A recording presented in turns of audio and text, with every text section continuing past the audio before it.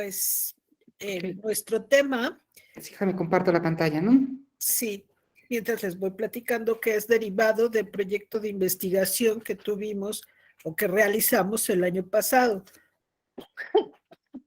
Perdón. Ay, Dios, disculpe.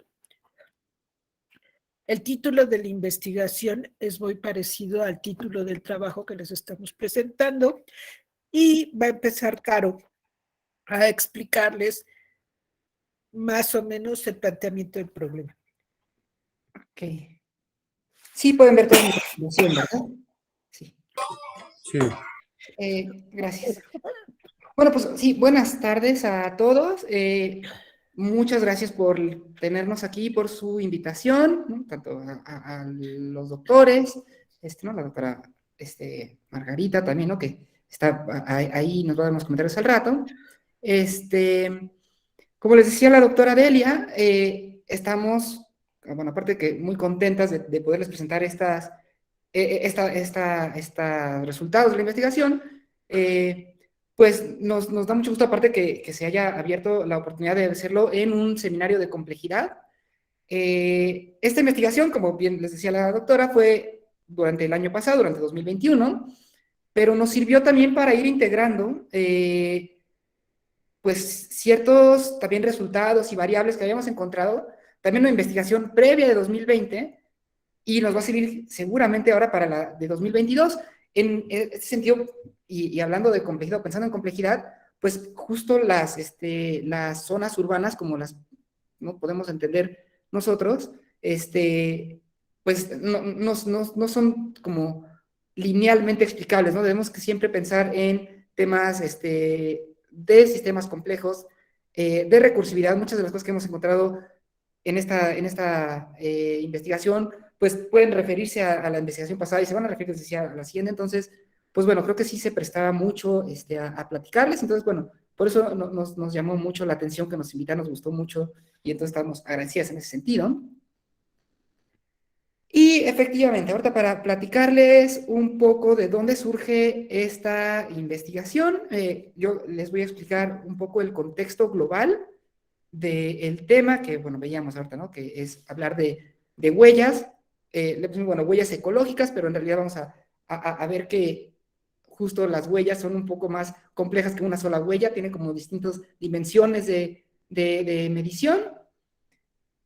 Y entrando ya en materia, en contexto global, el mundo tiene una biocapacidad pues ya definida. La biocapacidad, el concepto de biocapacidad es esta capacidad o qué tanto, la palabra capacidad, qué tanto puede sostener un planeta o un territorio, ¿no? Un sistema definido por los usuarios o por los eventos que estén ahí adentro. Entonces, bueno, si pensamos en el planeta, el planeta tiene una superficie definida y tiene como ciertas características definidas, tanto de agua como de vegetación, de animales y demás. Y tiene una población definida. Entonces, el planeta alcanza a mantener, o tiene como esta capacidad de mantener a cierta cantidad de población. Y el problema obviamente que estamos teniendo, o sea, el primer como punto que estamos observando es que obviamente la población va creciendo y creciendo y creciendo, y entonces pues el planeta tiene una capacidad ya dada. Entonces, a eso se refiere un poco el concepto. La doctora nos va a explicar luego exactamente ya como cada una de las huellas, pero el concepto de biocapacidad es ese, ¿no? O sea, el planeta tiene una biocapacidad y cada uno de los territorios, cada uno de los países, pues tiene una biocapacidad dada su estructura y su sistema o su ecosistema. Al 2015, la biocapacidad global estaba alrededor de 1.8 hectáreas por habitante. Si se fijan, las unidades son justo opuestas a hablar de densidad urbana o densidad de población de habitantes por hectárea. Aquí es más bien 1.8 hectáreas por habitante. Es lo que es la capacidad que tiene el planeta, ¿no? O sea, para cada habitante necesita tener 1.8 hectáreas.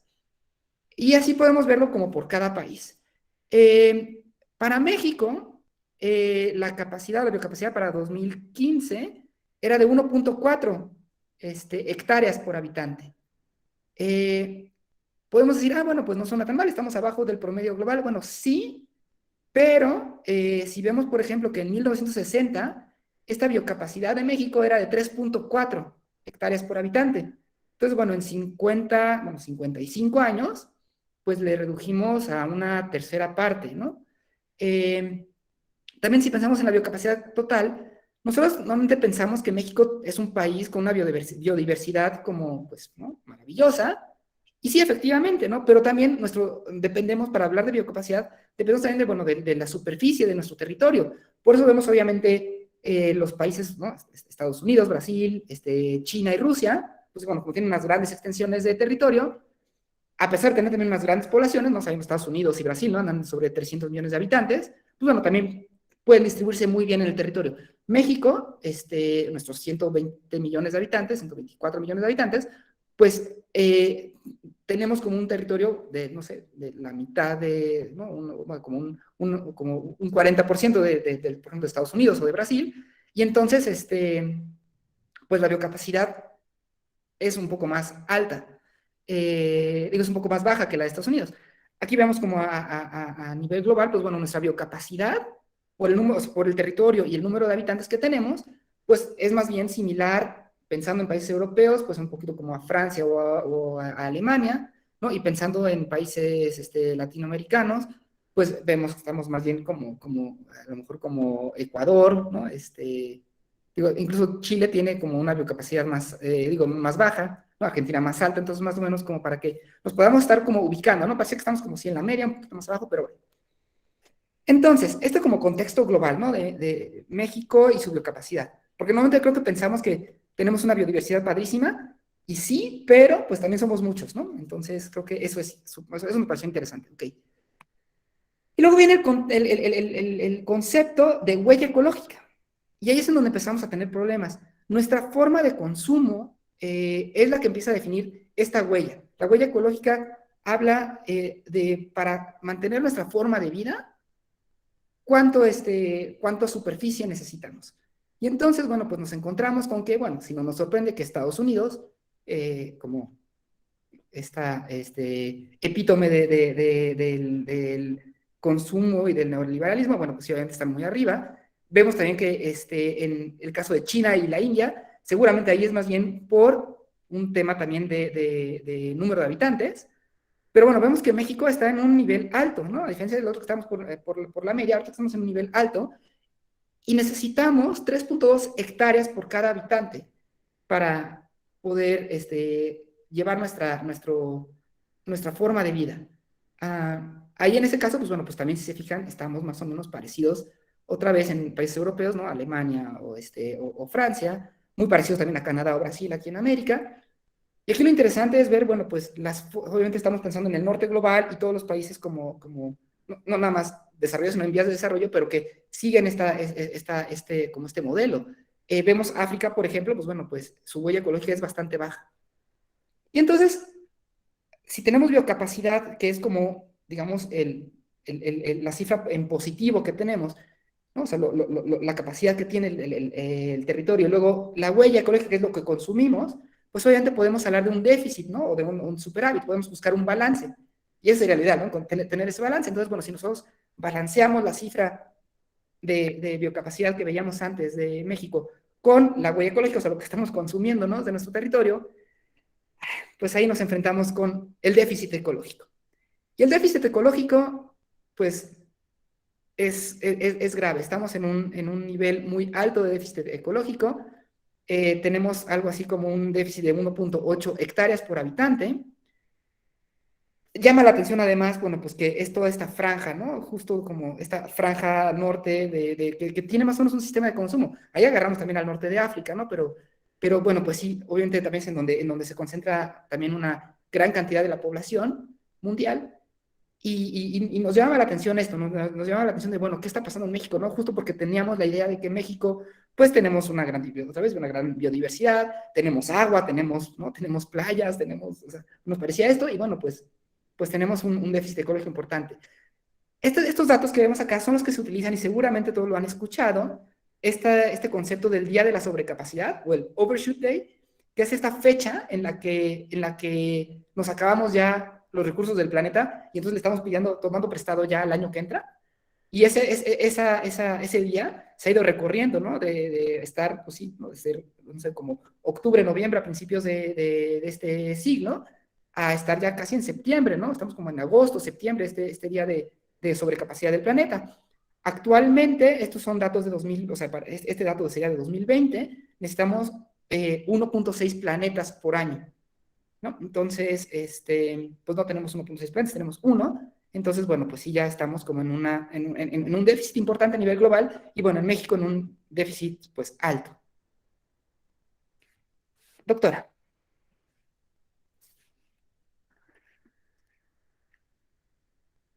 ¿Le paso, doctora Delia? Voy. Sí, la siguiente, por favor, porque ahí no tengo nada. Bueno, estas huellas, ¿cuándo nacen? A principios de los 70 del siglo pasado, empezamos a tener a nivel mundial y más nacional, bueno, aquí en México y más en la Ciudad de México, nos dimos cuenta del gran crecimiento poblacional que tuvimos. Todavía no me ven, pero yo ya prendí mi cámara. Y esto hizo que necesitáramos más recursos para vivir, porque, como recordarán ustedes, la famosa frase de ya no vengan para acá, fue en esta época cuando se dio, porque venían de toda la provincia a la Ciudad de México por las oportunidades que teníamos y lo que se ofrecía en la ciudad. Esto hizo que fuera creciendo y se convirtiera en la mancha que tenemos en la imagen. En esta gran zona metropolitana, que en el caso de este trabajo la tomamos lo que es considerado como el Valle de México. Es la zona metropolitana del Valle de México y que incluye a muchos municipios. De la ciudad prehispánica y española que teníamos a llegar a esto, es que utilizamos más recursos para vivir, como son de agua y de combustibles fósiles. Por eso es que nos hemos enfocado en la huella hídrica y en la huella de carbono, las cuales forman parte de la huella ecológica. La que sigue, Carlos.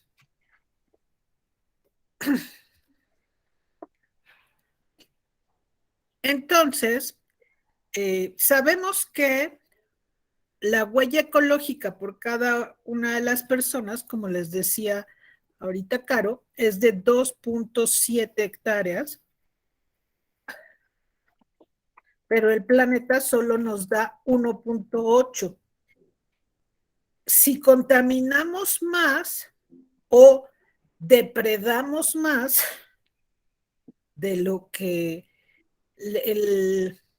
naturalmente el planeta nos da, pues nos lo vamos a acabar más rápido. La que sigue. Por eso, bueno, aquí tenemos la población que hemos logrado tener en esa mancha urbana que les enseñábamos antes.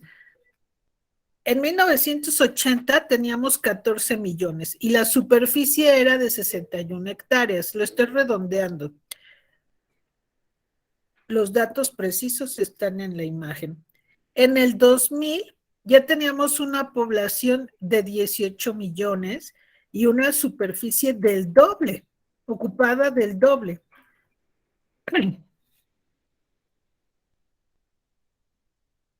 Para 2010, la población ya había aumentado a 19 millones y la superficie a casi el doble. Ya ocupábamos el 221 hectáreas. En 2017 teníamos 21 millones de habitantes y una superficie de 235 hectáreas. La que sigue, por favor. Y con esos paisajes, de la ciudad hermosa y linda de Reforma a el cerro, que puede ser el Cerro del Judío o el Cerro de Atizapán o por ahí, ¿no? Realmente este es un paisaje que encontramos en cualquier parte de la periferia de la Ciudad de México y que nos lleva a conectarnos a los municipios que hemos ido sumando del Estado de México. Según ONU Habitat, la superficie de la ciudad crece 3 veces más rápido que la población, y más o menos lo pudimos ver en la tabla anterior. Ocupando suelos no aptos para el desarrollo urbano, para la vivienda y para las actividades humanas. En este caso, la imagen vertical es Valle de Chalco después del desbordamiento del río de la Compañía. Bueno, todas las imágenes son de Valle de Chalco, cabe aclarar, que era una parte del lago de Texcoco. Entonces, ¿cómo pretendemos vivir en una zona que de antemano ya sabíamos que tenía agua?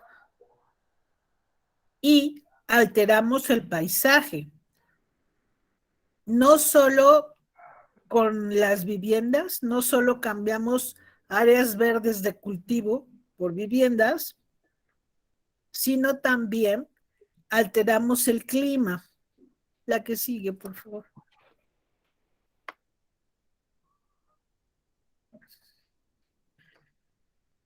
Si a esto le sumamos las grandes distancias que tenemos, hemos ido utilizando cada vez más vehículos automotores, ya sea autos particulares o camiones. También requerimos del uso de este tipo de transportes para para lo que necesitamos para vivir, como es el gas en el caso de la imagen, o el agua, porque nos llevan el agua, ya no llega en el río, sino necesitamos que lleguen las pipas, o algunos otros productos alimenticios. La que sigue, por favor. Esto hace que aumente la huella de carbono y la huella ecológica. ¿De dónde salen estos conceptos? Pues de las cumbres que están relacionando o que han relacionado la ciudad o el medio donde vivimos los seres humanos y que se llamaron hábitats. La primera fue en 1976 en Vancouver y ahí se le llamó también la Cumbre de la Tierra porque empezaron a ver que había más daño al ambiente, usábamos más recursos naturales de los que podíamos volver a plantar o volver a generar. También estábamos extrayendo demasiados combustibles del subsuelo, combustibles fósiles, que estaban produciendo partículas que afectaban a los seres humanos. Después, 20 años después, en 1996, en Estambul, fue la primera vez que se habló de los objetivos del milenio. Y ahí estábamos viendo cómo disminuir el tamaño de las ciudades, cómo bajar los consumos de petróleo, de luz, de gas y de producir menos gases efecto invernadero. Al Gore, que fue vicepresidente de Estados Unidos, hizo un video donde nos alarmó y nos llamó la atención hacia estos efectos, porque hizo muy buenas animaciones de lo que iba a suceder, por ejemplo, si seguíamos calentando el planeta a causa de los gases efecto invernadero. Y pues eso sí nos preocupó, el perder las playas y sobre todo perder islas importantes como Nueva York por el incremento en el nivel del agua del mar, de los océanos, y también la vegetación. Estábamos perdiendo por estos altos niveles de temperatura, que ahora sí ya estamos sintiendo en muchas ciudades, la gente pues iba a empezar a tener otro tipo de problemas. De ahí, muchos países se comprometieron a cumplir los objetivos del milenio. Sin embargo, cuando se hizo la revisión en 2016 en la cumbre de Quito, en Ecuador, pues se dieron cuenta de que había que cambiar algunas cosas porque no todos los países tenían posibilidades de cumplirlos.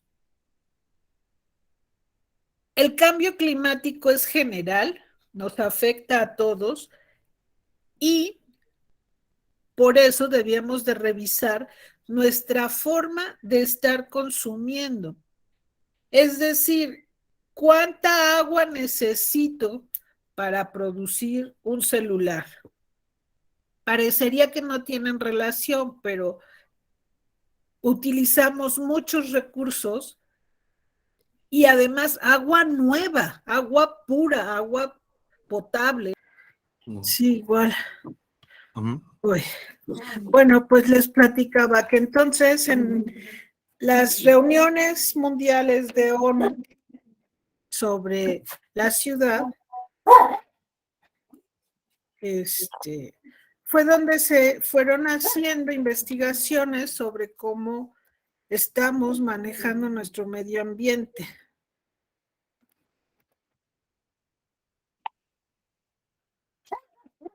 Y nuestra forma de consumir. Esto tiene que ver con los gastos que hacemos. Creo que Caro se fue. Todavía no regresa.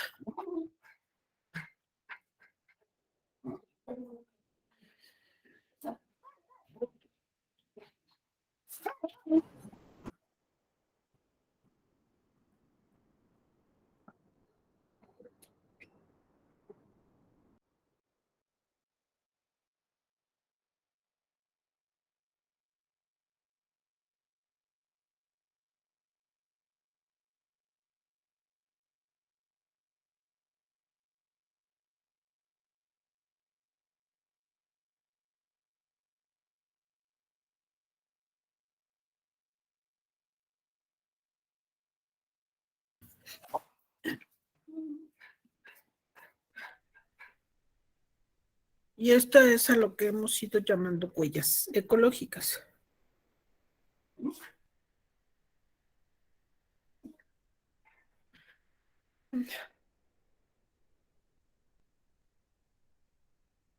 Pero ahora no sé cómo cambiarle a la presentación. ¿Te puedes comunicar con Caro igual? Sí, ahí voy. Sí, porque si no quiero estar...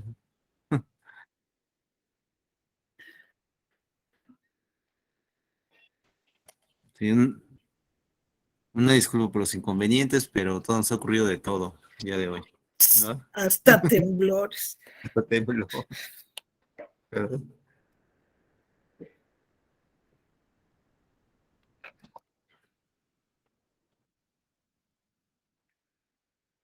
Qué cosas.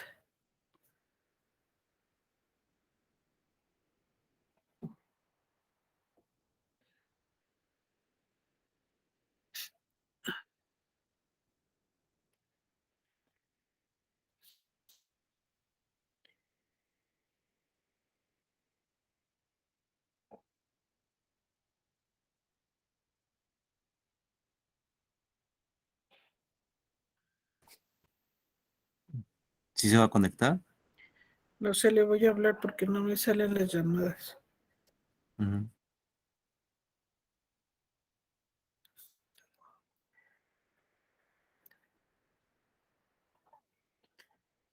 No. ¿Gustas? Podemos romper un poquito el protocolo mientras se conecta Caro y ver Ajá. si parte de los presentes tienen alguna pregunta sobre lo que han expuesto hasta aquí. Sí, claro. Sí, ¿Alguien tiene alguna pregunta o comentario. o comentario o duda? Ujú.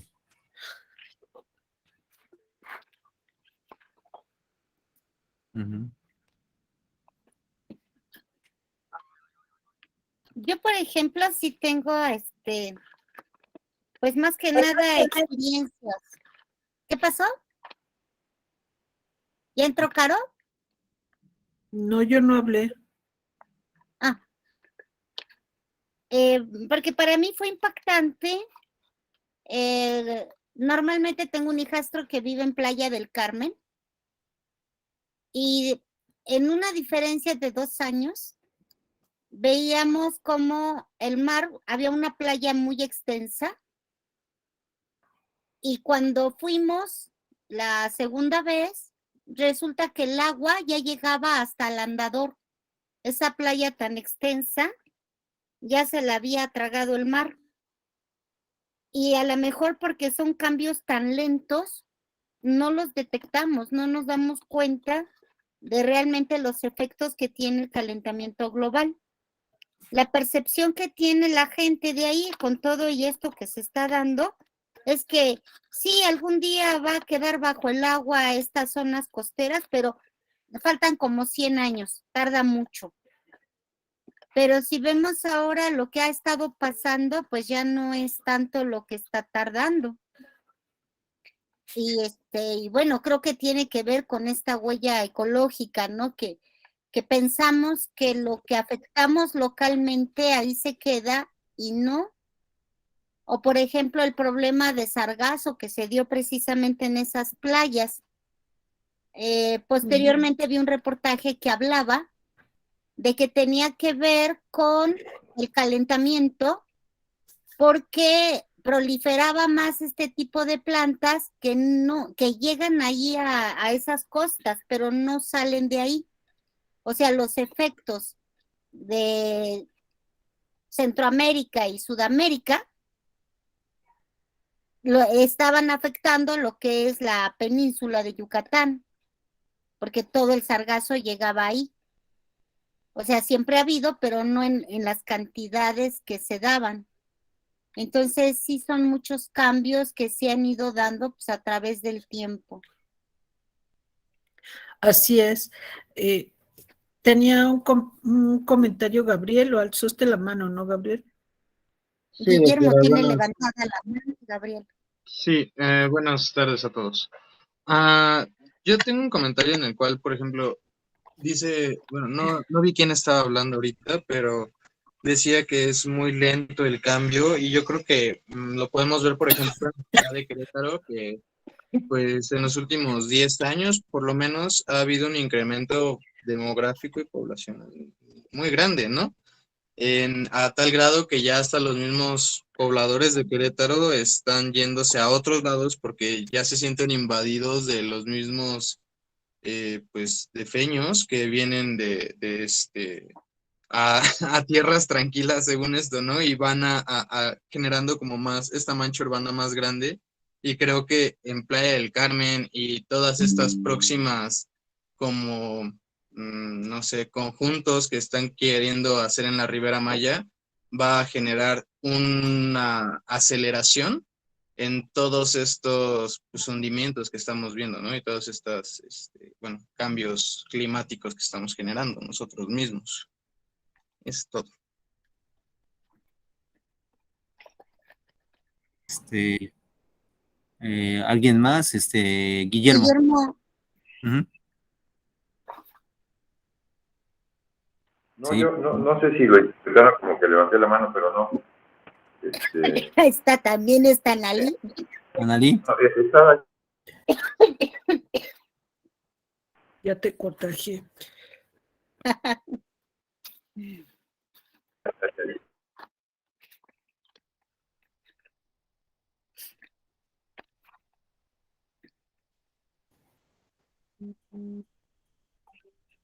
sí, Analí tiene la palabra.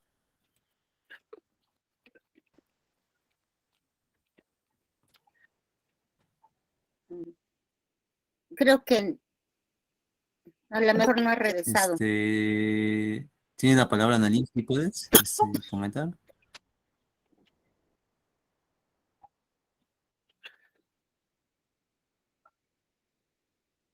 No. Jessica también tenía la mano levantada.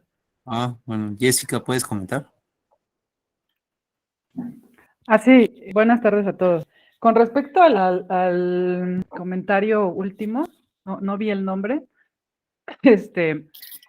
Sí creo que hay como dos partes que entender. La primera, no es que estas migraciones no sean representativas y que aceleren los procesos de deterioro, ¿no? Del hábitat humano, o sea, entendiendo también la ciudad como sistema, ¿no? Como ecosistema, o como parte de todo el ecosistema.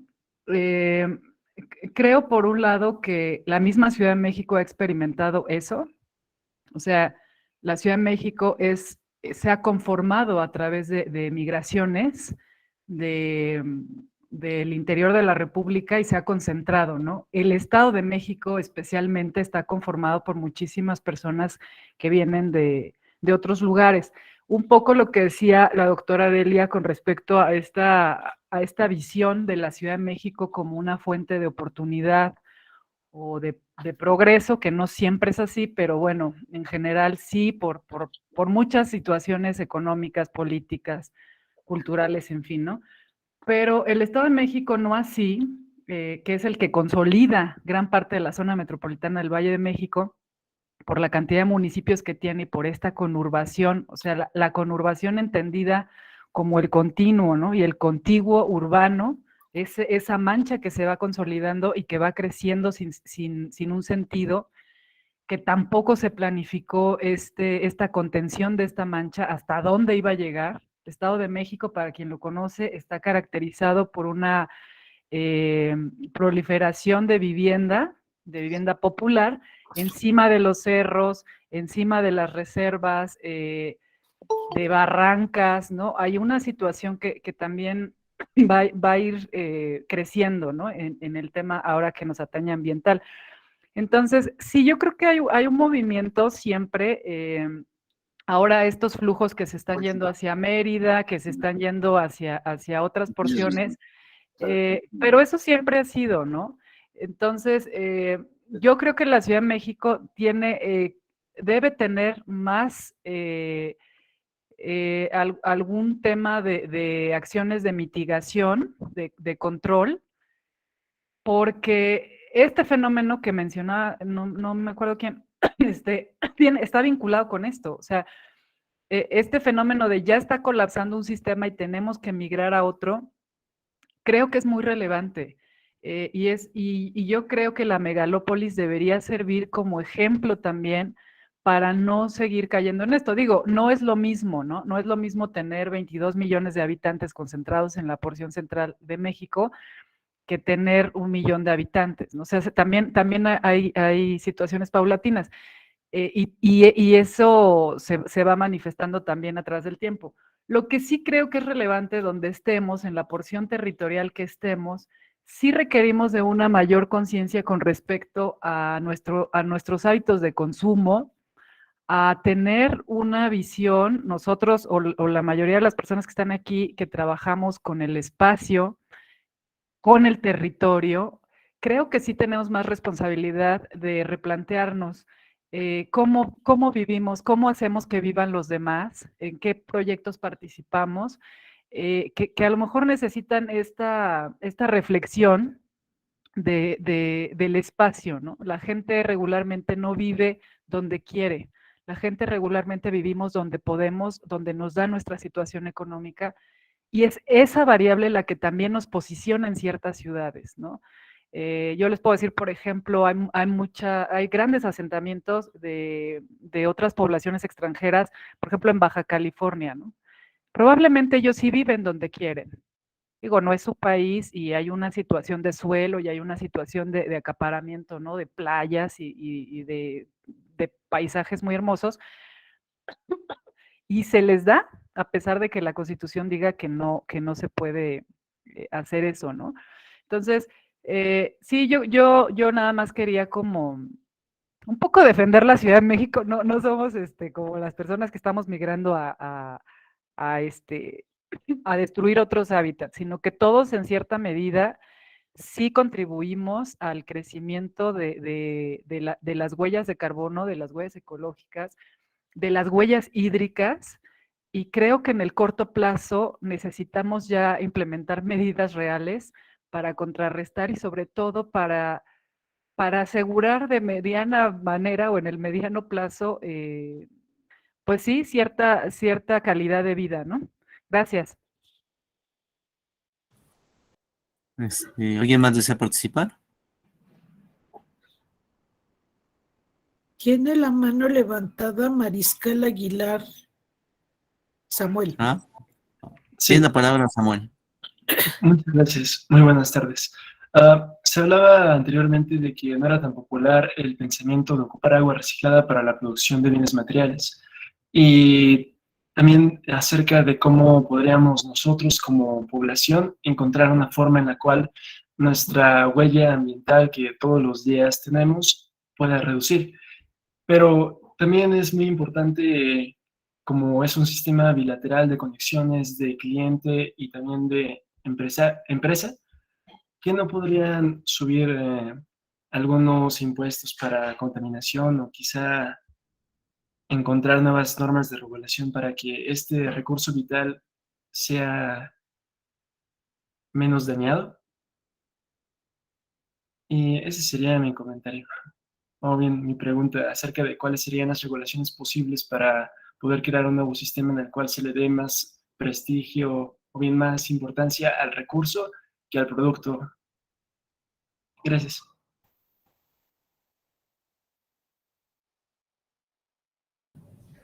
Sí, ¿alguna respuesta, doctora Delia?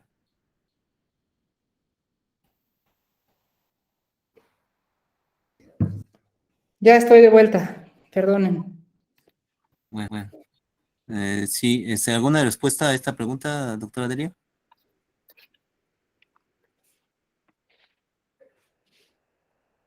¿No? Tienes apagado tu micrófono. Ya. Ahí ya me escuchó. Bueno, ¿me escuchan? Sí. Sí, decía que el chiste, bueno, lo que estuvieron viendo en estas 3 cumbres del hábitat fue precisamente lo que menciona Samuel. ¿Cómo podemos hacer que las personas cobren conciencia de los recursos que se están acabando por el tipo de vida que tienen, de alto consumo de recursos, y de que la industria, que dependemos mucho de la industria, aunque no la veamos directamente en nuestras ciudades, sí el modo de producción es el que nos ha llevado a acabar con nuestros recursos. Les comentaba hace un rato que para un pantalón de mezclilla, lavarla con agua pura, con agua purificada, con agua de consumo humano, pues no se vale, ¿no? Y se usan 120 litros en el primer enjuague de un pantalón de mezclilla, que después ya no se pueden usar porque los tintes que se utilizan en la mezclilla tienen un alto grado de cobalto y de plomo. Entonces, la industria de la textil utiliza agua limpia, agua que podríamos tomar, y saca agua contaminada. Ellos podrían utilizar agua de reuso, agua que nosotros hayamos usado para lavarnos las manos o para lavar los trastes y que tenga un tratamiento primario para lavar la ropa, para lavar esa mezclilla. Y precisamente de eso sí le cambias, Caro, por favor.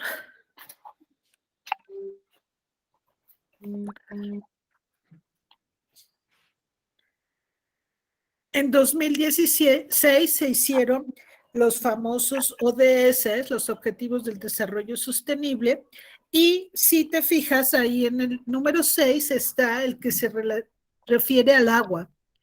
El 11 se refiere a las ciudades, el 12 a la energía que utilizamos y el 13 a la vida silvestre, si no estoy mal. Y no es tan mal. Si le puedes cambiar, Caro.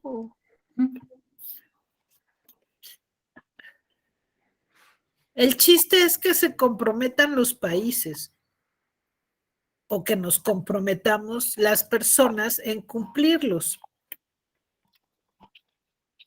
Porque garantizar la disponibilidad de agua y la gestión sostenible del agua y el saneamiento para todas y todos, que eso es la tesis de Jessica, que habló hace un momento del crecimiento de las ciudades, tiene que ver con este objetivo del desarrollo sostenible y que estamos buscando, con la tesis de Jessica, cómo tener una mejor gestión del agua en las ciudades en México.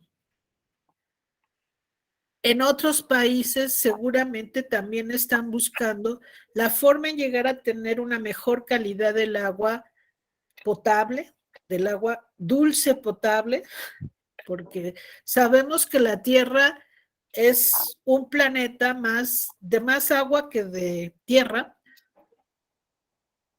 pero no toda esa agua es de consumo humano. Entonces tenemos que aprender a racionalizar el uso del agua y a ver qué cosas podemos hacer con el agua salada, porque desalinizar el agua también es carísimo. Entonces, si no mal recuerdo, es el 9% del agua del planeta es la que es dulce. Si no me corriges, Jessie, por favor. Y la usamos para todo. La usamos para lavar las banquetas, la usamos para lavar los trastes, para regar las plantas, para tomar, para preparar la comida. Es el 3%. Gracias.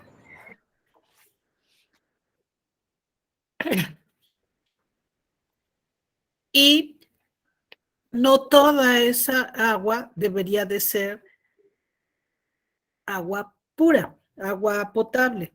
Podríamos utilizar para el riego de las plantas, como se hace en algunas ciudades, agua tratada, no para tomar las personas, pero sí las plantas y los animales posiblemente. La que sigue, no sé si te contesté, Samuel.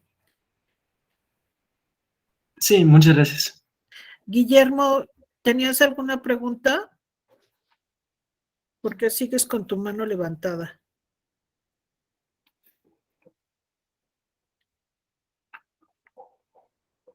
Guillermo Ortiz. Sí. No, déjame que vea lo de la mano. Ok. Bueno, Ya tuvo. Gracias. Perfecto, excelente. Y aquí estamos muy pendientes. Gracias. Sí, gracias. En cuanto a la ODS 11, que se refiere a las ciudades y las comunidades sostenibles, pues es lo que estamos buscando y en lo que estamos trabajando muchos investigadores, en hacer la vida de la ciudad o la vida que se genera en la ciudad más amable con el medio ambiente. Y por eso fue una de las inquietudes de esta investigación y revisar las huellas ecológicas. Para eso hemos hecho, aunque ustedes no lo crean, mucho trabajo en cuanto a la gestión y producir instrumentos que nos sirvan para llevar a las ciudades a volver las áreas más seguras y sostenibles y que no nos espante el susto, perdón por la expresión, la alerta sísmica como hace un rato. Y tener más áreas verdes y espacios públicos seguros.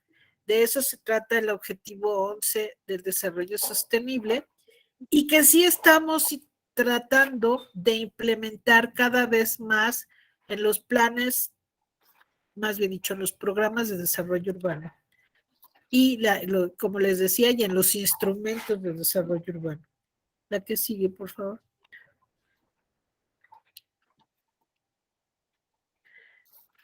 Garantizar modalidades de consumo y de producción sostenible. Con lo que me preguntaba hace un rato Samuel, ¿podemos ponerles alguna sanción o algún impuesto a quien contamina? Sí, eso es lo que se busca, aunque también la idea es generar otro tipo de economías. La economía que tenemos ahorita, o el tipo de economía, el modelo económico que tenemos es de comprar, bueno, más bien dicho, producir, vender, usar y tirar. Y eso nos hace que tengamos mucha basura. Esa basura ocupa áreas que podrían ser áreas de cultivo, porque no se revisa el tipo de suelo en el que se empieza a tirar la basura. Con el sismo del 17 aquí en la Ciudad de México, no sé si alguno de ustedes escuchó que el cascajo no encontraban dónde tirarlo, porque no tenemos tiraderos para material de la construcción. Nuestra industria, la industria a la que pertenecemos los arquitectos, es una industria altamente contaminante desde la producción de los materiales, el traslado de los materiales y, como en este caso que les platico de 2017, la salida de los materiales. Entonces, tenemos que empezar a tener conciencia y darles otro tipo de vida a los productos que utilizamos en las ciudades. Es decir, que no nada más los usemos y los tiremos, sino que les demos otros usos. Desde hace tiempo empezamos a oír el reciclar. Con los materiales de construcción también se puede reciclar, pero hay que ser mucho más creativos que con las botellas de PET para ese reciclaje.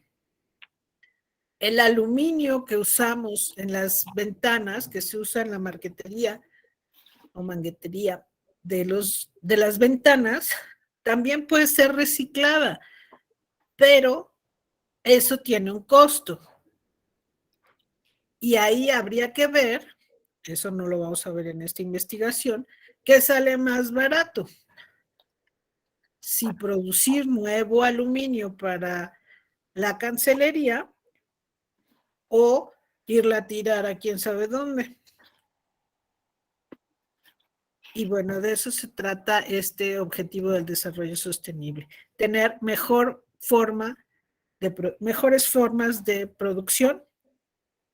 Y si ven la imagen, varias imágenes, parece un ciclo, porque estamos hablando de la economía circular o de los principios de la economía circular, de buscarles muchos más usos a un solo producto.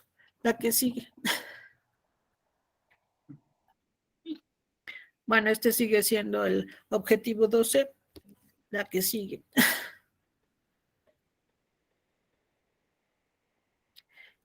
El objetivo 13 de adoptar medidas urgentes para combatir el cambio climático y sus efectos.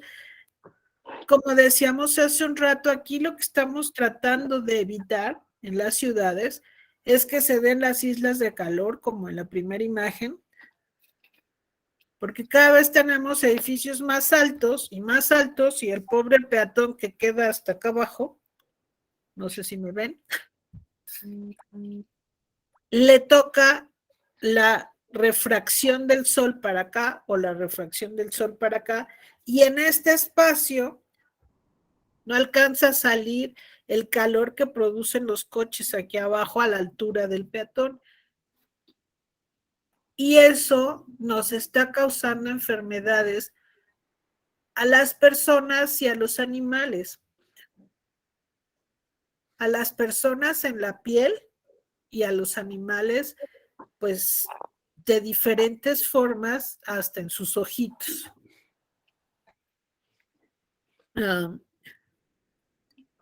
Se ha tratado de tener menos gases de efecto invernadero, pero todavía tenemos materiales de construcción que los producen. No sé si se fijaron, pero en los primeros meses de la pandemia,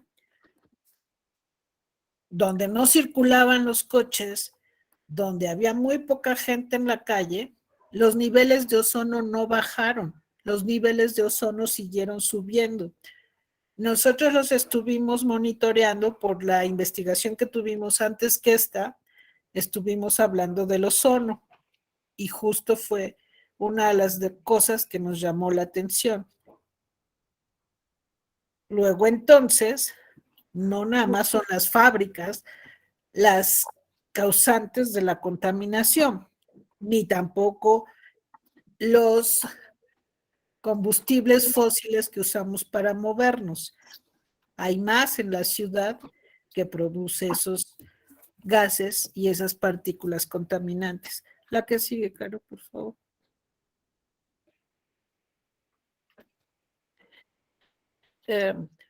Bueno, ya hablamos de la Cumbre de Río, que ahí fue donde nació el indicador de huellas ecológicas por este investigador William Rees y el ecologista Mathis Wackernager. No sé cómo se pronuncia. Como Wackernagel, ¿no? No sé. Mathis Wackernagel, una cosa así. Y es precisamente de esto de lo que se trata. Cómo estamos marcando nuestro territorio no muy sanamente. La que sigue.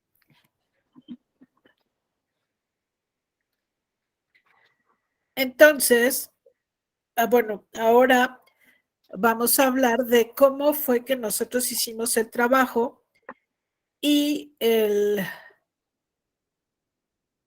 ver cómo este indicador nos puede servir para llegar a tener mejores ciudades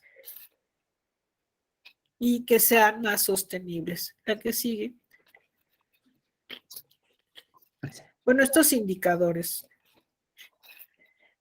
La huella de carbono, la huella de carbono va en función a los materiales fósiles que utilizamos para producir un bien social o bien que utiliza la gente, como un coche o, como les decía hace un rato, un celular. ¿Cuánto?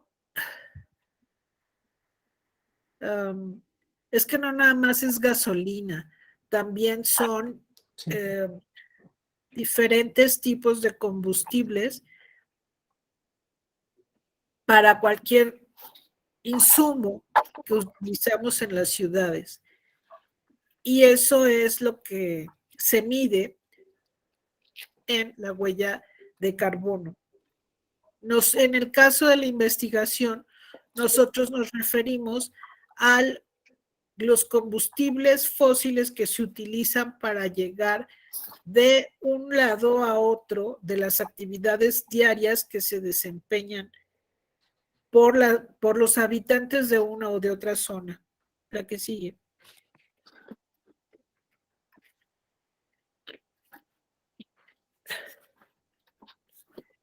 Dependiendo del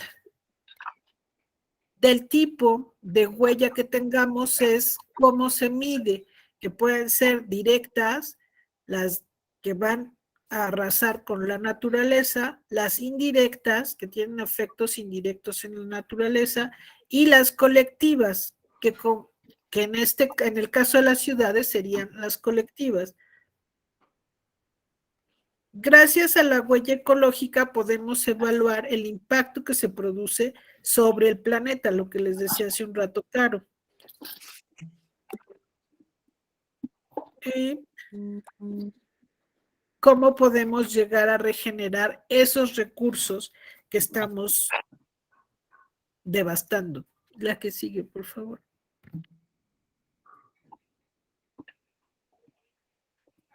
También se mide como huella ecológica la superficie que se va transformando para producir alimentos. Por ejemplo, en el estado de Veracruz se ha cambiado la vegetación nativa de árboles frutales o de árboles de cítricos que atraen lluvia a la zona por zonas de maíz o de trigo, que es lo que está requiriendo la población, y que piensan que es más sano, pero están alterando el ecosistema natural.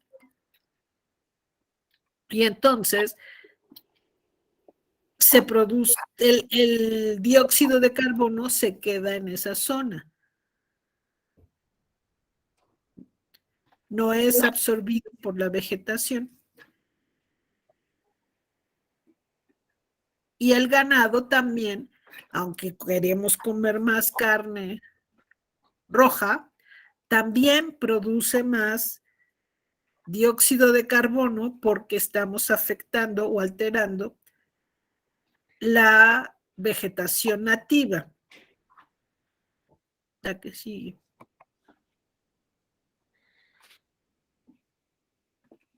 En esta gráfica vemos cuántos geohectáreas se obtuvieron por comida con una encuesta que hicimos, que obtuvimos de Greenpeace y que levantamos con varios alumnos de la ESIA y otras escuelas. Más de 100 alumnos. La que sigue.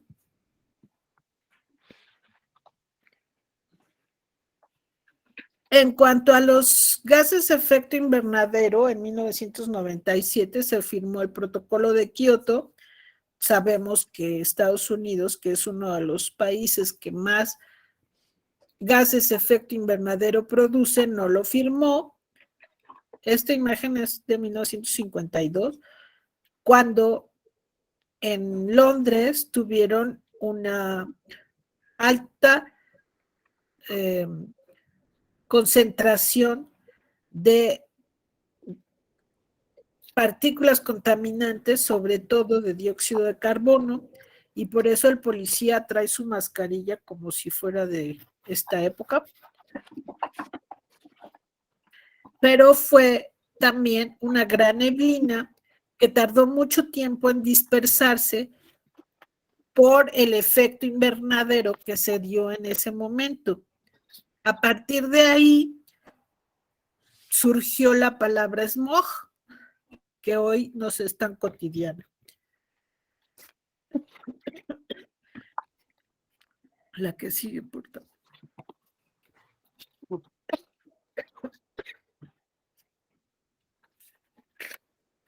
Entonces el cambio climático empezó a ser importante porque ¿qué estaba pasando con esas partículas que nos podían hacer daño y que ocasionaban hasta la muerte? Porque en esa gran neblina de 1952 hubo muertes. A ver.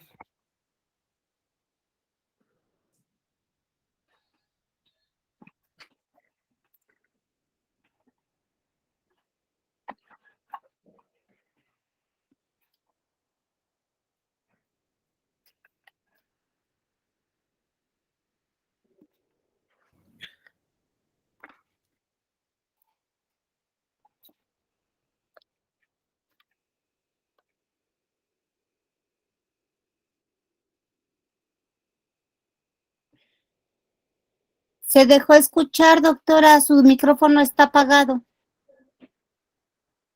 ¿Quién sabe qué le pasa? Que lo prendo y se vuelve a apagar. Ahí lo escuchamos. ¿Ahí ya? Sí. Ya. Ok. Con estos gases y la poca dispersión que se da cuando hace frío en un nivel de la biosfera, lo que respiramos es como si nos hubiéramos puesto atrás de un coche pegaditos, ¿no? Entonces, ese dióxido de carbono lo estamos respirando tanto que por eso fue que hubo muertes en el 52 en Londres. Y desde ahí fue que empezaron a tomar conciencia de que algo había que hacer con estos gases que podían matarnos. Y el 72 fue parte de lo que se platicó en la cumbre de Estocolmo. Y por eso en el 92, en Río, empezamos a hablar del desarrollo sostenible.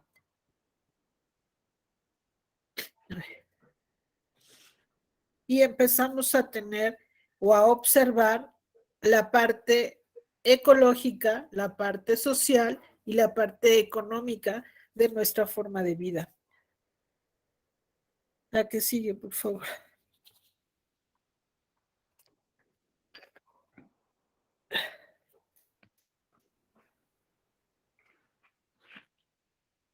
Se supone que la ciudad o las ciudades consumen el 2% del planeta o ocupan el 2% del planeta y consumen entre el 60 y el 80% de la energía, lo cual provoca 75% de las emisiones de dióxido de carbono, lo cual nos lleva a tener un efecto invernadero y a incrementar el calentamiento global que hemos estado platicando.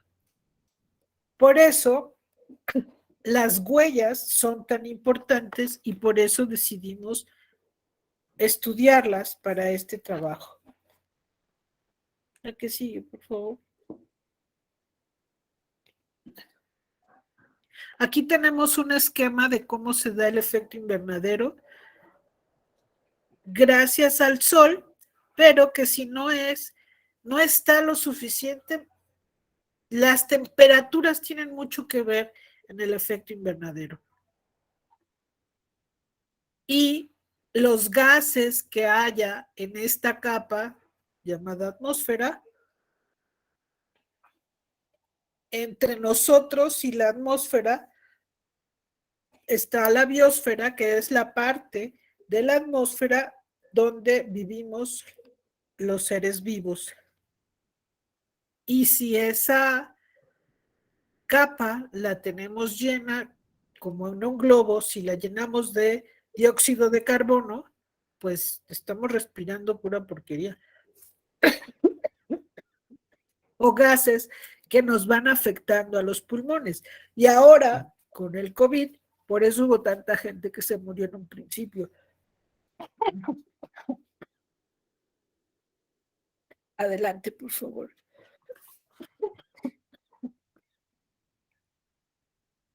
Aquí tenemos la relación entre Mande. ¿Alguien iba a hablar?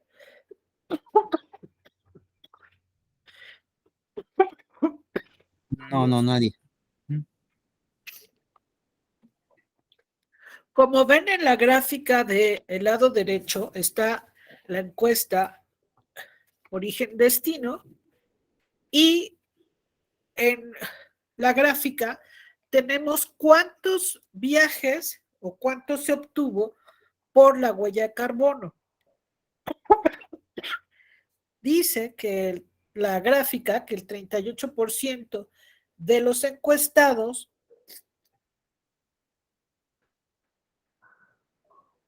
utiliza algún modo de transporte que genera parte de la huella de carbono. Perdón. Y más los del Estado de México. Y como pueden ver en la imagen de la derecha, pues sí, vemos desde dónde vienen a la Ciudad de México y que se concentran en la zona centro del Distrito Federal, centro y norte del Distrito Federal. La que sigue, Caro. Y aquí está lo que les decía, consumimos todas estas cantidad de tierras, el 92% de geohectáreas por tierra edificada, o sea, por tierra construida o cubierta con vivienda, y en movilidad también en la Ciudad de México consumimos el 87% de geohectáreas. Si cambiáramos nuestro modelo de producción de uno lineal a uno circular, estos niveles podrían bajar. La que sigue. Que creo que hasta ahí llego yo, ¿no? Ah, no, la huella hídrica. La huella hídrica, como les decía hace un rato, es la que se usa para producir algún producto, valga la expresión, que usamos las personas en las ciudades. En 2002 nació el concepto de huella hídrica por los investigadores que les decía hace un rato, y en México se normalizó con la ISO 14046 y que se mide con metros cúbicos. La cifra que está aquí abajo de 7,036 metros cúbicos al año es la que se utiliza en la industria mexicana para producir ay, perdón, se me fue ahorita. Para producir los pantalones de mezclilla. La que sigue. Que a mí se me hace muchísimo. La huella hídrica, según se ha ido midiendo y se ha ido descubriendo para qué se usa o qué, sí, para qué se utiliza. Entonces tenemos 3 colores de huella hídrica, la que sí, que son la azul,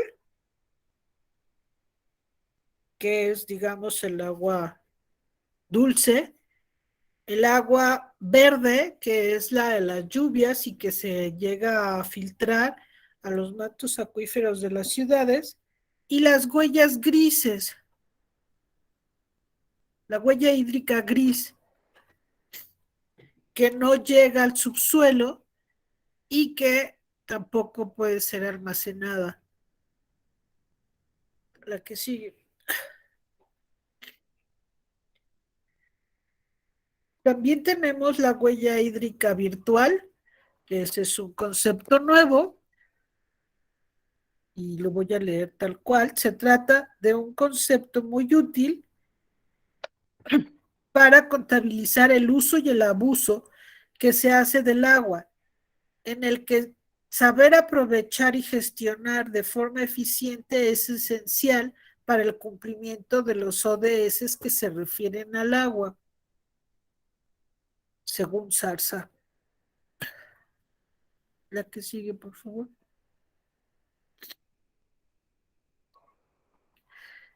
En México mucho se ha legislado sobre los recursos naturales y sobre todo sobre el impacto que tiene nuestra forma de consumo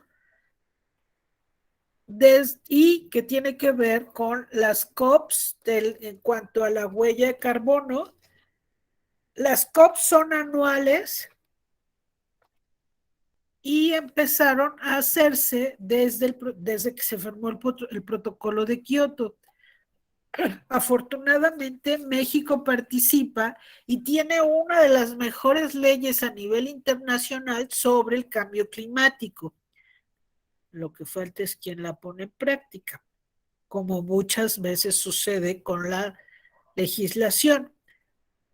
La legislación ambiental y que tiene que ver con el agua y con el suelo ha ido teniendo diferentes modificaciones. De hecho, ahorita está en revisión la Ley General de Agua,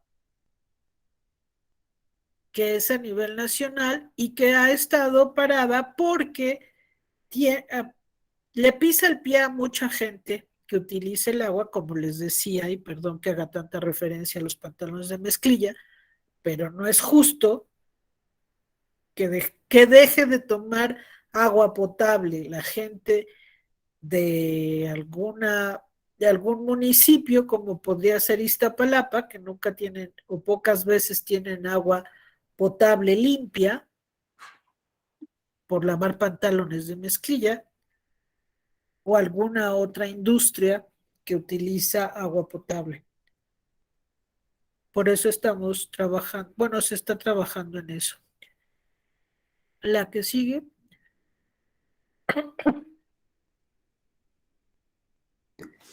Creo que ahí voy ya yo, ¿no? Ahí ya te toca. Sí. Gracias. No, gracias, doctora.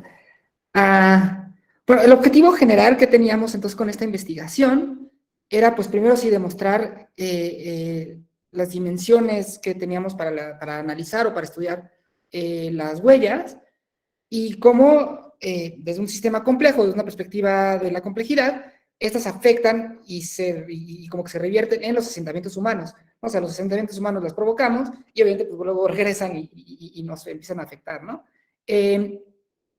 Teníamos como la hipótesis, y fue un poco lo que revisamos en este objetivo, de que el propio ordenamiento territorial, o la falta de ordenamiento territorial es la que ha provocado un poco estas huellas, y el propio ordenamiento territorial es el que nos puede permitir mejorar la forma de consumo y la forma de vida de las ciudades, ¿no? También como pensando un poco en el modelo actual que tenemos de ciudades.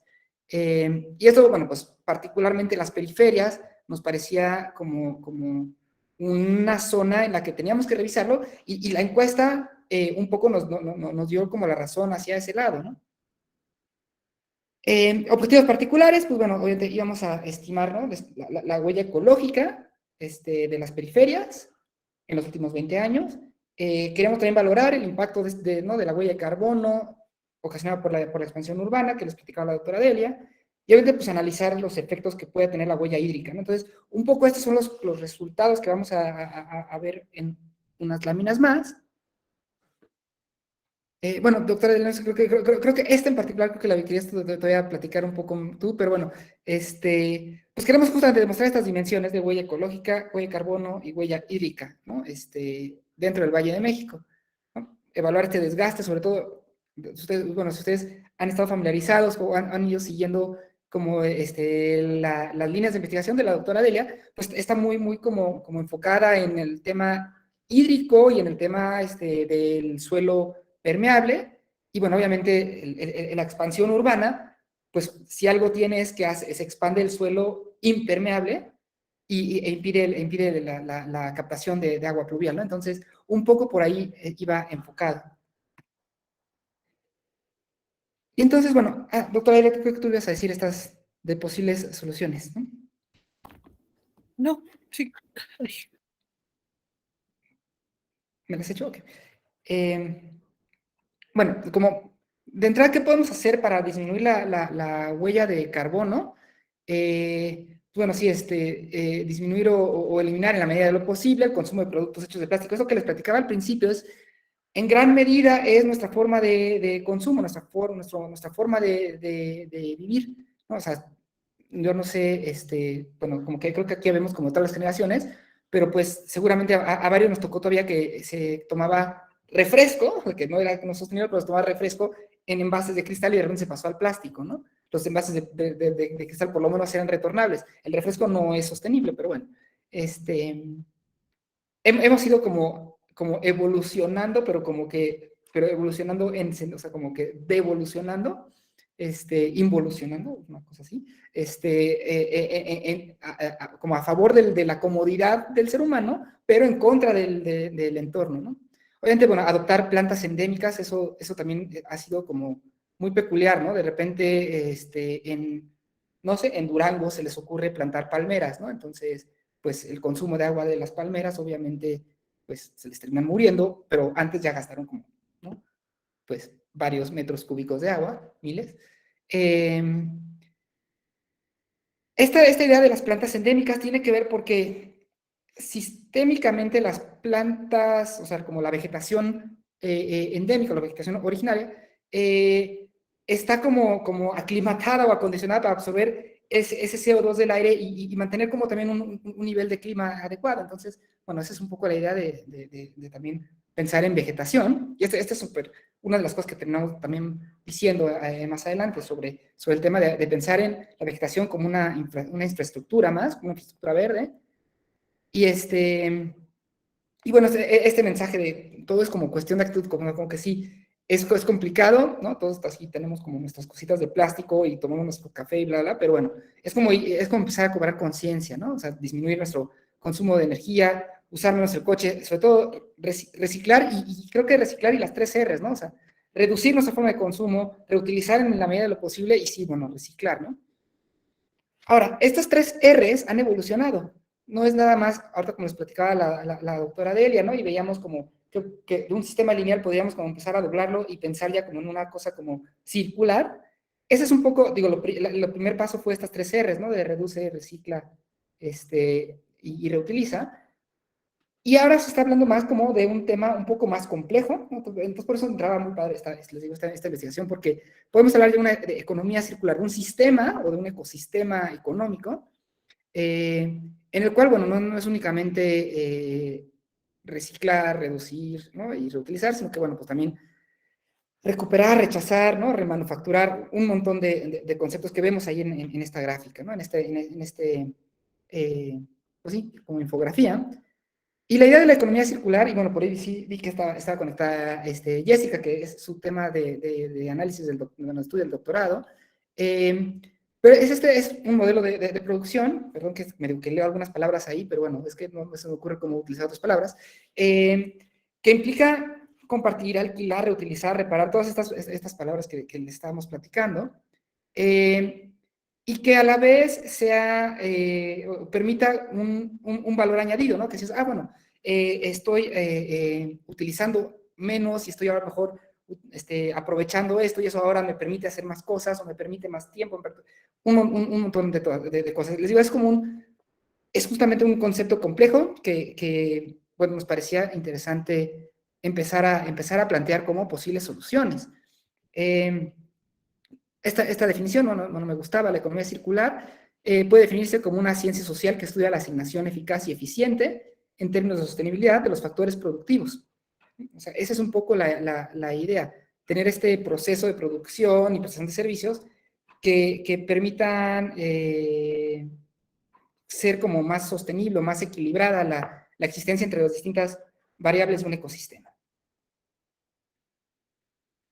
Y bueno, la doctora también nos lo habías puesto tú, doctora Delia, sobre la planta de termovalorización del Zarape.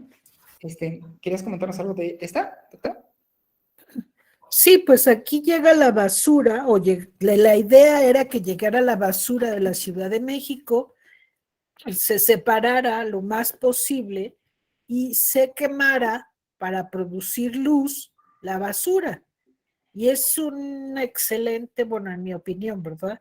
Una excelente forma de utilizar los desechos que produce la ciudad, y más una tan grande como la nuestra. Sin embargo, por cuestiones políticas ya no se construyó, ya no se llevó a cabo.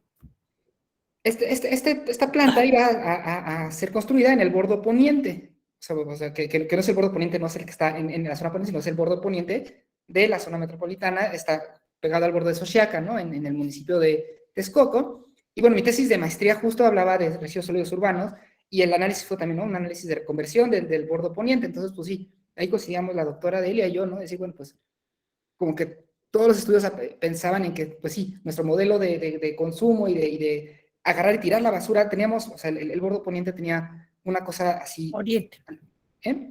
Oriente. No, el bordo poniente, el nombre, Sí. el nombre del sitio de exposición es bordo poniente. Sí, Perdón. está en el oriente, es el Está en el oriente, pero se llama poniente.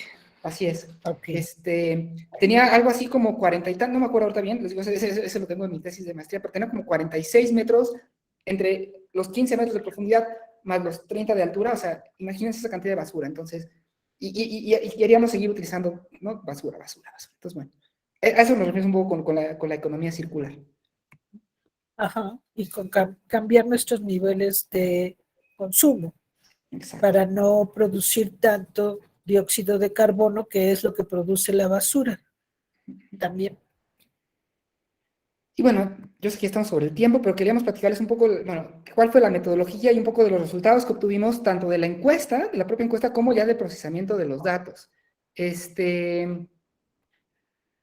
Obviamente utilizamos una metodología, decíamos, dentro de una perspectiva o los parámetros de la complejidad, con fines predictivos. Era una investigación prospectiva, un análisis prospectivo, analizando huellas ecológicas, hídricas y de carbono. Sí fuimos como muy descriptivos, o sea, voy a hablar como también en plural, porque también por ahí vi que estaba también Gabriel, que también estuvo haciendo muchos aportes, y bueno, tuvimos todo un equipo. Y la idea, bueno, era encontrar justamente caracterizar, tener la caracterización de los asentamientos humanos periféricos. Y obviamente, bueno, pues por las condiciones no era una investigación experimental, no era posible, ¿no? O sea, como experimentar, como construir una periferia y ver qué pasaba, pero sí hacer un análisis y empezar como tener datos y poner a hacer una perspectiva, ¿no? Por lo menos una linealidad de qué era lo que estaba pasando. Y bueno, sí, simplemente el puro paisaje natural que nos mostraba la doctora Delia, creo que nos dejaba muy claro cuál era las implicaciones que podía tener o que puede tener esta investigación y estos resultados. Y para ello, bueno, pues sí, obviamente, basándonos en la Ley General de Asentamientos Humanos, el ordenamiento territorial y el desarrollo urbano vigente, ¿no? Y entonces, bueno, les comentábamos, hicimos una encuesta, ese fue como nuestro punto de partida, una encuesta con, bueno, le hicimos amplia, pero tomamos ahorita para este mapeo los alumnos de la ESIA Tecamachalco, y nos encontramos con un mapeo, con una cartografía muy similar a la que se genera cuando se mapean los resultados de la encuesta origen-destino. Y entonces, bueno, pues lo primero que estábamos viendo ahí, que la ESIA pues funciona como un nodo de atracción, un polo de atracción muy importante, igual que el resto de las escuelas del Politécnico y otras escuelas públicas, pues que atraen estudiantes de toda la zona metropolitana. Esto es importante porque pues estamos justamente trayendo las periferias, ¿no?, hacia un nodo, y eso tiene como implicaciones en las tres huellas que vamos a estar viendo, ¿no? Hicimos esta revisión también de la densidad de población.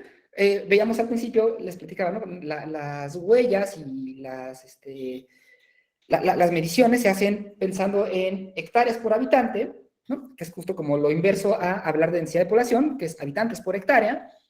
Y con hablar de densidad de población, lo que queríamos, o lo que queríamos revisar, era si había una correlación entre, pues, esto que vemos que se ve más rojo, que es la zona central de la zona, no nada más de la Ciudad de México, sino de la zona metropolitana, ¿no? Compuesta ya por estos, ¿qué? 5 municipios, bueno, 5 alcaldías, 6 alcaldías de la Ciudad de México, y Nesa, ya como estas zonas mucho más densamente pobladas, y las propias huellas, ¿no? Entonces, esta variable de densidad de población es la que después terminamos como correlacionando, y es en la que nos surgen también datos muy interesantes. Y luego entonces empezamos a revisar ya las huellas, les digo, con base en la encuesta, con base en los resultados y en la metodología para medición de huellas que les platicaba la doctora Delia, y nos empezamos a encontrar con cuestiones muy interesantes, ¿no? De entrada, la huella ecológica no está tan distribuida homogéneamente como podemos haberlo pensado, sino que sí está focalizada en municipios particulares y hacia la periferia. Encontrábamos que Huehuetoca, pues sin ser, otra vez voy a regresarme sin ser un municipio densamente poblado, tiene una huella ecológica muy alta. Y esto obviamente, bueno, quizá todavía no parecía tan obvio, pero lo que nos empezó a resultar así como, pues es que esto tiene que ver con la movilidad, con que las personas de las periferias no encuentran trabajos en las periferias, no encuentran escuelas en las periferias, no encuentran servicios de salud en las periferias y tienen que trasladarse a las zonas centrales. Esto obviamente, pues, bueno, tiene una producción de huella ecológica importante, y si su residencia es en las periferias, bueno, pues, ¿dónde las estamos marcando? Pues justamente las periferias. Esto tiene que ver con la investigación del semestre pasado, del año pasado, que les platicábamos también, ¿no? Hablando también como de movilidad y de dióxido de carbono y periferias y demás. Y bueno, nos parecía interesante empezar a ver en la ubicación del aeropuerto Felipe Ángeles, ¿no? Que nos van a inaugurar el lunes, porque bueno, pues es una zona que seguramente empezará a generar una atracción importante de población, y esa atracción de población hacia las periferias, pues bueno, podríamos empezar a prever que empiece a generar, ¿no? En el caso de Zumpango, pero realmente está más cerca de la entrada, está por Tecámac, pues empiece a generar también a lo mejor un impacto en huella ecológica, huella hídrica y huella de carbono, ¿no? Por eso lo incluimos, ¿no? Nos parecía como interesante ver qué va a pasar con un equipamiento de esa magnitud, ¿no? Y con esas implicaciones, ¿no? A nivel metropolitano y megalopolitano. Y bueno, cuando pasamos a huellas de carbono, si se fijan, tenemos marcados Huehuetoca y Tizayuca para ver lo que les estaba pasando. En la anterior pues sí, era muy claro, ¿no? Que Huehuetoca era muy alto y Tizayuca tenía como, al ya ni siquiera ser de Estado de México, iba a ser de Hidalgo, bueno, me estaba llamando la atención. ¿Puedes mover tu Tizayuca era el que... cursor para verlos más exactamente? Perdón. Porque a lo mejor no todos saben dónde está Huehuetoca y Tizayuca. Claro, sí, Huehuetoca, sí se ve mi mouse, ¿sí, no? Huehuetoca, Tizayuca. ¿Sí? Gracias. Sí, Tizayuca es el municipio del estado de Hidalgo, que está dentro de la zona metropolitana, ¿no? Y bueno, Huehuetoca es uno de los 59 municipios de la zona metropolitana del Valle de México que pertenecen al Estado de México. Entonces, estos dos, o sea, uno por huella ecológica y el otro por huella de carbono, eran los que nos estaban teniendo los valores más altos, y otra vez están en las periferias, y muy en las periferias. La huella de carbono, a diferencia de la huella ecológica, bueno, pues si se fijan, aparte, si vamos hacia Tecamachaco, bueno, Miguel Hidalgo, la Academia Miguel Hidalgo, y juntito a Naucalpan, también tiene una huella ecológica alta, pues obviamente por todas las, por todo el desarrollo económico, todo el motor económico que se genera, ¿no? Pero la huella de carbono, bueno, sí tenemos obviamente Azcapotzalco, Cuauhtémoc e Iztacalco, pues en gran parte por el aeropuerto, por tener el centro, ¿no? de la ciudad, y por tener la zona de Vallejo, ¿no? Eso es como un poco lo que interpretamos por qué saltan ahí. Pero fuera de eso, la verdad es que otra vez vemos una tendencia hacia las periferias en cuanto a huella de carbono. Y finalmente, bueno, la huella hídrica. Y entonces la huella hídrica, pues de repente si pensamos en los valores altos de huella de carbono y de huella ecológica que veíamos acá y acá, cuando vemos la huella hídrica decimos, bueno, pues la huella hídrica parece que más bien se va como hacia el centro. Sí vimos un corredor, ¿no? Un corredor en esta zona, pero bueno, parecía que se veía hacia el centro. Este corredor que se hizo acá fue el que nos hizo también decir, ok, bueno, pues creo que nuestra zona de estudio tiene que estar enfocado acá. Y nos parecía interesante aparte, bueno, pues sí es zona del lago, ¿no? O sea, también de la investigación anterior que habíamos hecho, la del 2020, pues teníamos también como muy claro cuál era la zona del lago. Dijimos, bueno, pues sí, eso está justo en esta zona del lago, no tanto en la zona ni de transición ni ya de lomerío. Y entonces, bueno, hicimos todo el procesamiento de datos. Lo primero que obtuvimos directo era las geohectáreas de huella ecológica, huella de carbono y huella hídrica. Para Atenco y Zumpango no tuvimos suficientes datos, o sea, podríamos haberlo presentado, pero bueno, nuestra curva de normalidad nos hacía como ver que estaban un poquito desfasados, entonces por eso preferimos esos no revisarlos. Pero bueno, por lo menos empezamos a ver ya como una tendencia o como unos parámetros en cuanto a las huellas, que fue un poco lo que les presentó la doctora también, ¿no? En estas gráficas de pastel. Y entonces lo que nos parecía interesante, eso, bueno, después de síntesis, lo que nos parecía muy interesante y que podíamos aportar con esta investigación era, bueno, hacer un cálculo por uso de suelo y un cálculo por suelo urbano, ¿no? Porque normalmente calculamos las huellas ¿no? por forma de vida, por productos, ¿no? Por producción y demás. Pero bueno, ¿qué pasa con la producción de la ciudad, ¿no? Y qué pasa si producimos 1 metro cuadrado ya háblase vivienda, industria y demás, ¿no? Escogimos usos de suelo, habitacional, comercial, industrial y de equipamiento, porque nos interesaba saber, bueno, ok, este modelo de crecimiento, este modelo de ciudad en el cual estamos, ¿qué implicaciones tiene? ¿Cuál es este uso que parece tener más, como una mayor implicación? Y con todos estos datos, bueno, pues ya pudimos también generar una huella ecológica, hídrica y de carbono urbana, ¿no? Es decir, a ver, bueno, por superficie urbana construida, generamos esta huella, ¿no? Y la sacamos por municipio. Y esto es lo que nos permitió compararlo ya con la densidad urbana por municipio. Y entonces, pues bueno, ya pasando a esta última parte o parte final de aportaciones de la investigación para ver estos resultados, les decía, la zona que terminamos estudiando, bueno, estos municipios que veíamos, estaban en esta zona. Esta zona ahorita vamos a ver otro mapeo en el cual vemos que efectivamente es una zona como de captación hídrica. Esto que les comentaba de tener a Atenco y Zumpango como un poco fuera, era un poco estos de acá, como que salían un poco de la curva normal, en particular de la huella ecológica. Veíamos el comportamiento en regresión lineal de las 3 huellas, que es lo que estamos viendo en estas gráficas, de arriba y abajo. Esta es una regresión lineal y este es un comportamiento. Lo primero es que veíamos que, bueno, si la huella ecológica es la que se comporta como en una curva normal, ¿no? Como así, casi de libro de texto.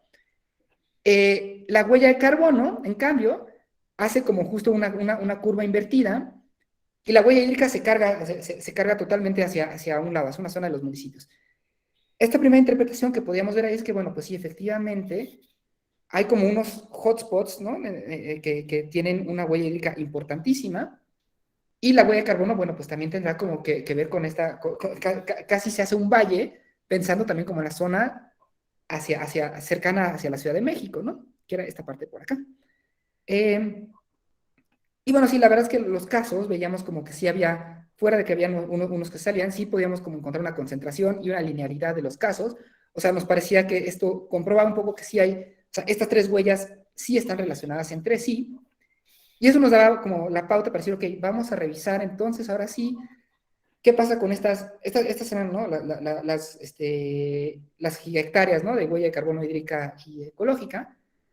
Y eso nos da pauta de decir, bueno, ¿qué pasa ahora con esta huella que calculamos? La huella ecológica, hídrica y de carbono, pero urbana, ya no nada más las gigahectáreas que se estaban produciendo y que obtuvimos directo de la encuesta, sino ya revisarla directamente con la densidad urbana, que era esta variable que veíamos, ¿no? Para entender las periferias. Y bueno, ahí la doctora les podrá contar la emoción que tuve cuando le dije, mira los datos, porque pues la huella ecológica y la huella de carbono tenían una relación directamente proporcional. Todas eran muy significativas, eso ya lo habíamos visto desde el anterior, pero bueno, todas tenían como o sea, sí son tiene una significancia alta, en particular la huella ecológica, pues obviamente tiene una significancia muy alta en cuanto a la densidad, ¿no? En cuanto a la densidad, la huella de carbono, bueno, un poquito menos, pero eso lo vemos también en la pendiente, ¿no? Pero a fin de cuentas sí veíamos, ok, mientras más densidad tenemos, nuestras huellas van subiendo, ¿no? Tenemos una huella más alta por mayor densidad. Entonces, bueno, pues sí, parece ser que este tema de tener más habitantes, ¿no? Más habitantes, pues sí, nos va a generar una huella alta. Pero lo que nos resultaba interesante era revisar la huella hídrica, porque la relación es indirectamente proporcional. Es decir, las zonas en las que encontramos menor densidad de población son las que tienen una mayor huella hídrica. Y si pensamos de nuevo en la zona metropolitana, las zonas de menor, voy a decir que pasan para acá, las zonas de menor densidad son las periferias, y dentro de nuestra zona de estudio, pues resultó que las zonas en las que hay menos población son en las que tenemos esta huella hídrica más alta. Y entonces, si eso espacialmente le sumamos que esta zona en particular tiene, bueno, es muy poco, o sea, sistémicamente es muy poco sostenible, porque, bueno, tenemos toda la captación de agua de entrada que viene de la zona del suroriente, la canalizamos, la metemos del río, o sea, el río San Juan lo convertimos en un canal, ¿no? Canal de la Compañía y el Gran Canal, y lo traemos y lo llevamos a Zumpango, ¿no? Así. Pero en el trayecto vamos captando todos los escurrimientos que recibimos, de hecho, desde las zonas de los volcanes, ¿no? Y que viene como de toda la sierra que nos separa de Puebla y Tlaxcala. Recibimos todo, ¿no? Ixtapaluca, Chicoloapan, Texcoco, vamos recibiendo toda esa agua, todos esos escurrimientos, las vamos, en vez de captarlas, meterlas al subsuelo, no, las canalizamos de nuevo y las enviamos a este gran canal y las convertimos en esto que les platicaba la doctora, las convertimos en aguas grises, ¿no? En una huella gris, sin haberlas aprovechado. La mancha urbana vemos que está también como, pues, ocupando mucho de este territorio, y entonces eso es lo que nos empezaba a preocupar, ¿no? Y es lo que nos preocupa también. Por eso terminamos incluyendo la referencia de dónde está el aeropuerto, porque empezar a desarrollar estas periferias de la zona metropolitana, pues implica también pues obviamente es una apropiación y una destrucción de las condiciones hídricas de la cuenca. Y así es como llegamos ya, porque creo que ahora sí estamos totalmente sobre el tiempo, a estas aportaciones y conclusiones. La primera es que, esto que les platicábamos, lo usual es calcular las huellas por producto y por forma de vida. Entonces, esta investigación lo que buscamos hacer es darle la vuelta y aportar esta metodología para calcularla por superficie urbana. Es decir, ok, bueno, sí, efectivamente, pues, dependemos de nuestra forma de consumo y todo, pero bueno, ¿qué implicaciones tiene seguir viviendo como tenemos?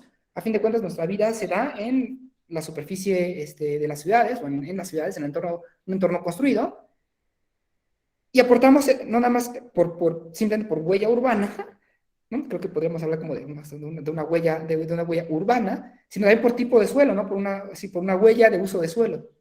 Eso como primera aportación y conclusión.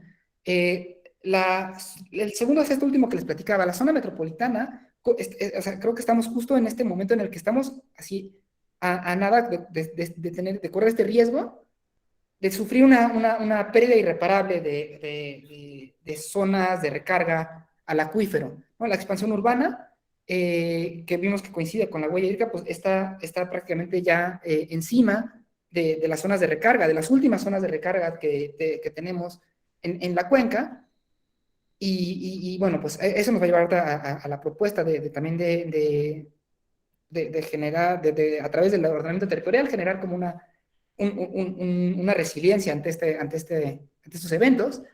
Y tercera aportación, conclusión, son obviamente esto que les decía, ¿no? Que la huella ecológica y de carbono, pues sí son directamente proporcionales a la densidad urbana, pero la huella hídrica es indirectamente proporcional o inversamente proporcional, y eso nos hace ver o implica que la ciudad expandida, o sea, ¿no? La expansión urbana, el urban sprawl, ¿no? La ciudad que no es compacta, lo que está generando es grandes traslados, centro-periferia o periferia-centro. Esto obviamente trae un costo para la población, pero también trae un costo para el medio ambiente y trae costos altos en infraestructura. Es mucho más caro extender líneas de drenaje y de agua y demás que tratar de tener como una ciudad compacta. Entonces, pues, por donde queramos verlo, seguir teniendo un crecimiento urbano desmedido, descontrolado, lo único que está provocando es que vayamos aumentando también nuestras huellas tradicionales y la propia huella urbana que veíamos. Y por eso como propuesta estamos pensando en el ordenamiento territorial y que empezara a pensarse por regiones policéntricas. Y tampoco estamos como inventando el hilo negro. La propia alcaldesa de París lo comentó a principios de la pandemia, ¿no? Empezar a pensar de nuevo estas teorías de la ciudad de 15 minutos, teorías también, ¿no? Como el lugar central de Cristal, la renta del suelo de Fortunen, ¿no? Y Alonso. Y lo que estamos pensando es justamente tener como regiones policéntricas con centros de barrio consolidados, y obviamente pues aprovechar, pues ya no nada más como las teorías del siglo XIX y siglo XX, sino empezar a implementar sistemas de información geográfica, empezar a tener en serio como un ordenamiento territorial, como pensando en ciudades inteligentes, ¿no? Como un ordenamiento territorial de inteligencia, una inteligencia territorial, a través de, bueno, pues algunos polígonos de proximidad, que eso es lo que estábamos revisando sobre todo, pues, y pues se pueden utilizar como polígonos, bueno, ¿no? Y hay un montón de herramientas que se pueden utilizar dentro de los SIGs para entender, bueno, cuáles son estos centros urbanos consolidados que tengan la suficiente proximidad para hacer sostenible un modelo de regiones policéntricas que satisfagan las necesidades individuales y colectivas, otra vez de todo, ¿no? Trabajo, equipamiento y áreas verdes. Y finalmente, bueno, esta última de generar una red de áreas verdes permeables. Pensamos en la vegetación como parte de una infraestructura verde, pensarla de la mano o integrada al propio equipamiento y pensar que se pueden formar estos centros conectando equipamiento con infraestructura verde y tener como un sistema, ¿no? Un sistema complejo de equipamientos, infraestructura verde, ¿no? Para satisfacer las necesidades de la población. Y, doctora, tú tienes esta frase. ¿Cuál? Unidos debemos encontrar cómo cuidar el medio ambiente y contribuir con el cambio, con todo lo que queremos lograr para nuestro planeta. Gracias. Muchas gracias. Bueno, sí, muchas gracias a las dos por esta ponencia. Les agradecemos mucho, ¿no? Su participación. Vamos a dar la palabra al público para ver si alguien quiere participar. Ajá, brevemente. Por favor, pueden levantar su mano o vamos a ver si hay alguna pregunta en el chat. Vamos a ver, déjenme ver. Sí, bueno, les agradecen mucho, ¿no? Varios, ¿no? Por su invitación y también, ¿no? Por esta excelente ponencia que nos acaban de dar. Entonces, ¿alguien quiere participar? De los participantes para hacer una pregunta. Dice Ángel, buen día. Lo accidentada presentación.